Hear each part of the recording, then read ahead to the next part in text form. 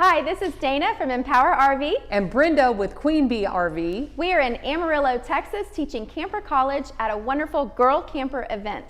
And Brenda, today we have taught all these ladies about coach battery 12 volts, and you have given them some great suggestions on how they can troubleshoot easily in their camper with the different components and the different systems, just knowing specifically what's on the coach battery. You've given them a great hint. Can you share that with our audience? Exactly, I will love doing that. So this slide in particular, I run through with the ladies what items are controlled by that coach battery, starting with the interior lights. Most modern RVs, unless you have an older or vintage RV, those overhead lights are always going to be the 12 volt. Your water pump, if you are not connected to city water and you're using that freshwater holding tank, that water pump is definitely a 12 volt system.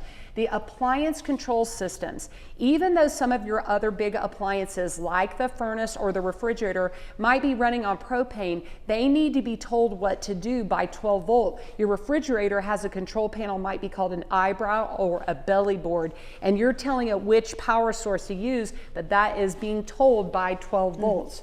We also have the slide and leveling systems, hydraulic or not, they are being told what to do by that coach battery. Your vent fans overhead, the furnace blower fan, once it gets told what to do, the actual fan inside of there before propane is doing its thing, it gets kicked on by 12 volt. And then some of your electronics, usually your TVs and blenders and coffee pots are getting plugged into one of your recep switches, not 12 volt, but some electronics might be 12 volt these days. So what we suggested to the girls is make yourself a little cheat sheet, maybe on an index card, you might laminate it and keep that thing handy. And this is one of the first steps in troubleshooting. A bunch of the problems that we encounter are typically user error. And it's just not understanding what the power source is. So you can figure out, okay, my water pump's not working, it's 12 volts, so I'm going to start outside at the coach battery.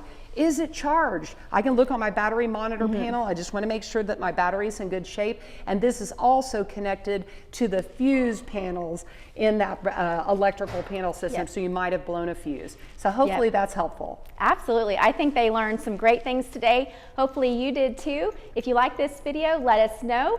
Follow our social media channels in the description below and join us next week on another episode of 52 Ways to Empower Women RVers.